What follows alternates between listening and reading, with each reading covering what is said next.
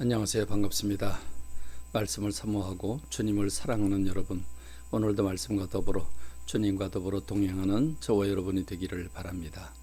오늘 우리가 함께 말씀을 성경을 통독해야 할 부분은 이사야서 36장부터 39장에 이르는 부분이지요. 이 부분 참으로 감동적인 부분입니다. 이미 여러분들에게 어제 말씀드렸죠. 계속해서 누누이 말씀드렸는데 이사야서라고 하는 예언서의 구조를 보면 흥미롭습니다. 1장부터 12장까지는 이스라엘의 죄악을 다뤄주고 심판을 선포하고 있죠. 그러고 난 다음에 13장부터 23장까지는 그 이스라엘 주변의 열방, 이방 나라들에 대한 심판을 말씀하고 있죠.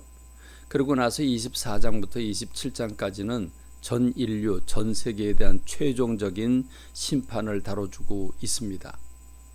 그 다음에 28장부터 39장까지는 회복에 대한 말씀인데 두 종류로 나뉘어지게 되죠.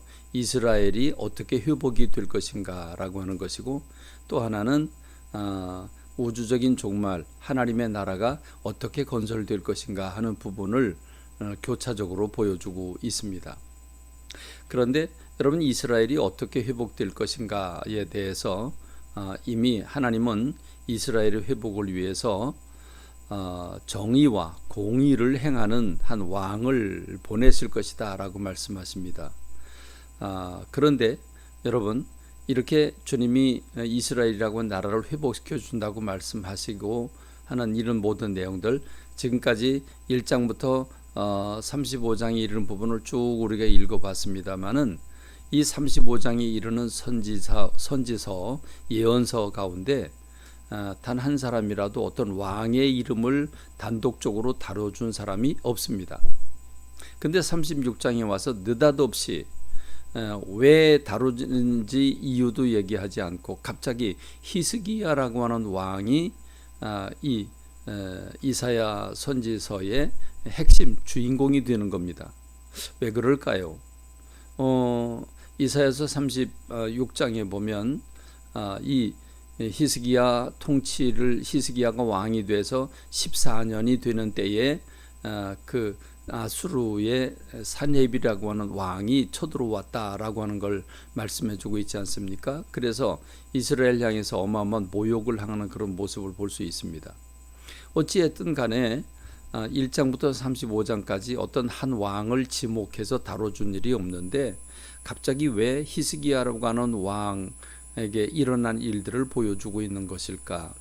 그것은 단적으로 말하면 하나님께서 회복하는 과정에서 이 정의와 공의를 행할 한 왕을 보내주겠다고 말씀을 해주셨는데 그 왕이 바로 히스기야 왕이라고 하는 거죠. 그렇습니다. 히스기야 왕은 25세, 25살의 왕이 돼서 29년간을 통치를 합니다. 그런데 역대하 29장 2절의 말씀을 보면 히스기야가 여호와 보시기에 정직하게 행하였다라고 히스기야 왕에 대해서 전체적인 평가를 내리게 됩니다. 근데 실제로 이 히스기야는 14년, 그러니까 왕이 되고 나서 14년이 될 때까지 그는 종교 개혁을 단행합니다. 눈에 보이는 모든 우상을 다 타파합니다.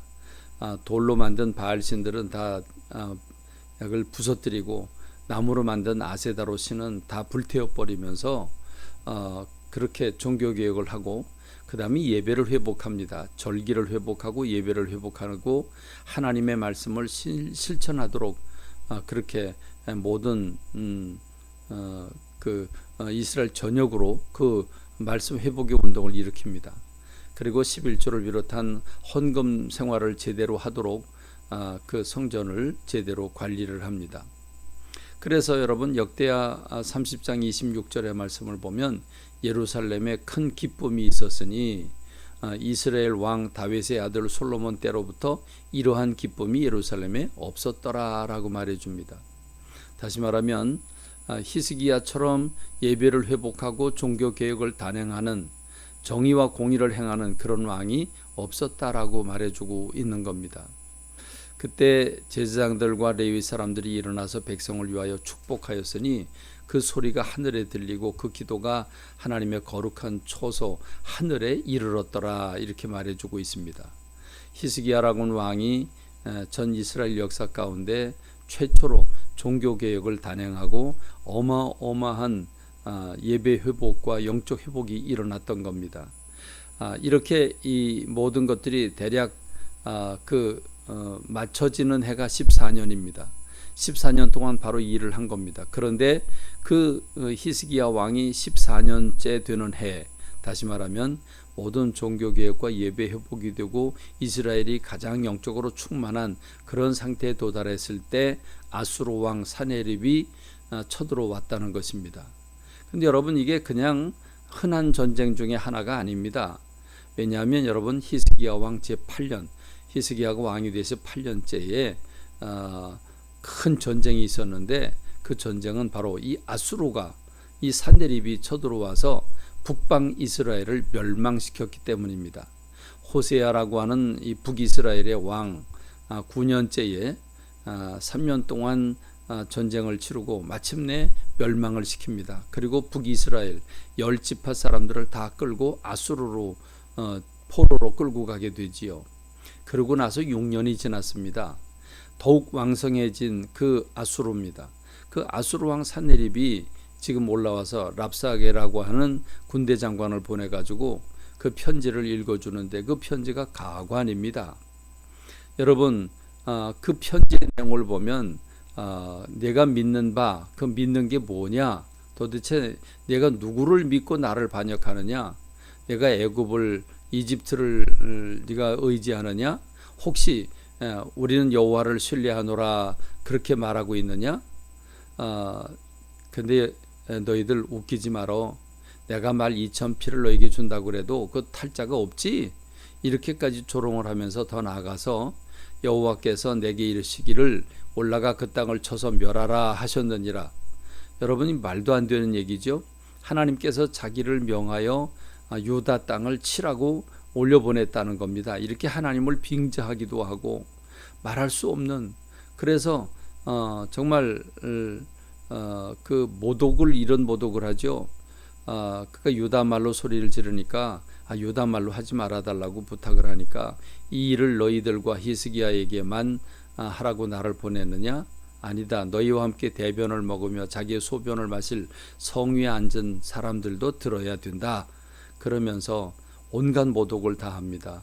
너희는 하나님께서 우리를 건지시리라 하는 이 히스기야의 말에 속지 말아라. 어떤 신이 아수르 왕의 손에서 건진 자가 있느냐? 어찌 하나님이 너희를 구원하실 거냐? 그런 일은 없다.